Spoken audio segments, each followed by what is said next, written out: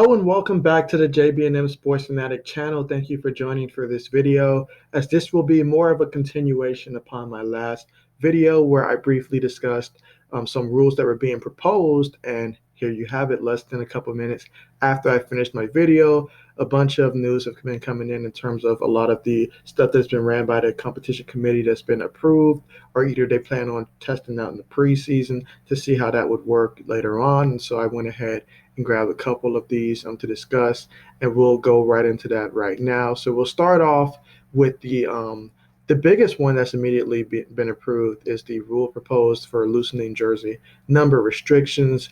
This has definitely been something that people have really wanted to see as certain players, such as first person that comes to mind is Reggie Bush. When he came out of USC and he wanted to continue to wear that number 5 jersey, but they did not allow him to, so he opted to go with 25 instead. So players like that, obviously they're showing here Derrick Henry with the jersey 2, which is the jersey that he wore at Alabama.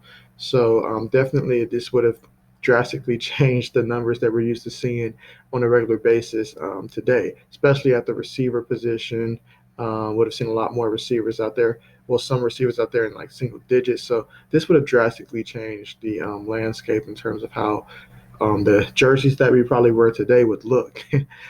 So this will affect receivers, running backs, tight ends, linebackers, defensive backs, able to wear the single digit uniforms. This is interesting because it does not mean that we'll be able to see those defensive linemen that like to wear like number 9 or something like that. Won't be seeing anything like that, but I'm interested in seeing how this works, and if some of the current players will consider changing their current jerseys that maybe they've had since they've been in the league to a number that they preferred, or if they'll just stick with their current number. And I imagine that the incoming draft class, especially, will want something similar to what they wore at the collegiate level. So we'll see how that shapes up. But this is a nice rule that was proposed by the Kansas City Chiefs and approved. So next we'll go on to, okay, and this goes into a little bit more details here, that under the new rule, players would be able to wear, defensive backs, they can wear anything from 1 to 49. Running backs, fullbacks, tight ends, H-backs, wide receivers, anywhere between 1 and 49, and then 80 to 89. So that's interesting. Interesting there. Offensive linemen, however, they'll be still limited to 50 to 79. Defensive linemen, 50 to 79 and 90 to 99. Linebackers will have the options between 1 to 59 and 90 to 99. So overall, these are the options that they'll have to choose from. So it does look really different, but I like it. I'm looking forward to seeing how that's going to play out.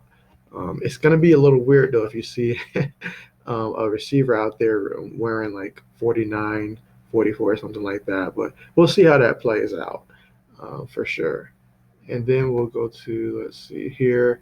Oh, yeah. And also, what's been passed is the rule about the no overtime in preseason. I touched on that in my previous video, but basically, it's as simple as that.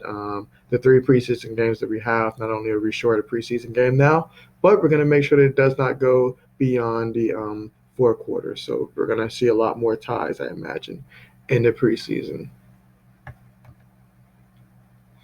Now, as expected, teams also approved the competition committee's proposal for expanded booth-to-official communication, a popular change that should lead to fewer errors with objective calls that are clear on TV, such as possessions, complete, incomplete, and also, as I touched on in my last video, ball spot.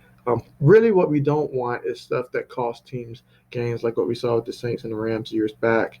We really just want to make sure that if it's something that's really obvious, like not something that's really extremely controversial, like we don't know, but something that is extremely obvious, and if we can see it and give the officials a hand, then that's definitely just going to improve the quality of the game. They've been trying to test out different things over the last couple of seasons, especially to see what might work. But yeah, sometimes you just got to make sure that the official, they need to communicate with the officials, because sometimes they're just missing the ball completely. Like, we're okay with if it's something that's, it could go either way, but no, some of this stuff you just can't miss. So they're going to try to see if this will work. So we'll see how that plays out. The Bills proposed to the GM and head coach hiring cycle. They want to push back the start of interviews for all clubs until after conference championship games and no hires until after the Super Bowl. This was tabled for more discussion by the diversity committee. So yeah, I think this is actually a good idea. Let's let these coordinators focus on the job they have at hand, without wondering, if they're going to be behind the games because they have to focus on, obviously winning the Super Bowl, which is what you are trying to do, finish your commitment. But then, a team is looking to hire their guy immediately. So let's wait till everybody's done, everybody's available, and make this a universal type of thing. That's what I would like to see. So I'm definitely in favor of them discussing more details on this, and hopefully in some time in the future, this rule will get passed. I think it would be good. Let's see, the competition committee proposal to limit the receiving team to 9 players in the setup zone, that passed today. The Eagles fully supported testing that idea this year, and will be prepared to bring back the 4th and 15th proposal in the future based on club feedback. So he misspelled the Eagles there, but that's okay. I do that all the time. But yeah, so definitely. We'll see how that looks in terms of having 9 players in the setup zone. Obviously, they're trying to make it as competitive as possible for the onside kick to be more recoverable, because at the current time, that is certainly not the case. But we'll see how that plays out. And as I mentioned with the Eagles here, they're still fully supporting the 4th and 15 alternative to the onside kick, but it's been tabled with the commission committee making good faith attempt to aid kicking teams in recovering the onside kick through its own proposal, which we just discussed. So we'll see how that looks this season. It's something we'll have to continue to monitor and see if that does help a team out in terms of recovering the onside kicks. And if not, then the Eagles are fully committed to bringing this idea back out there.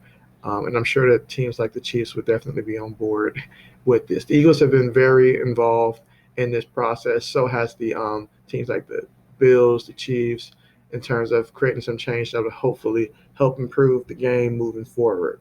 So there you have it. These are all the updates as of the time of this video being released. Of course, more stuff may come out, but this covers at least the gist of the major things on the table. So thank you so much for watching this video. Hope you enjoyed it. And as always, as more news continues to drop, you can be sure to find it here. So thank you again for watching, and have a great rest of your day.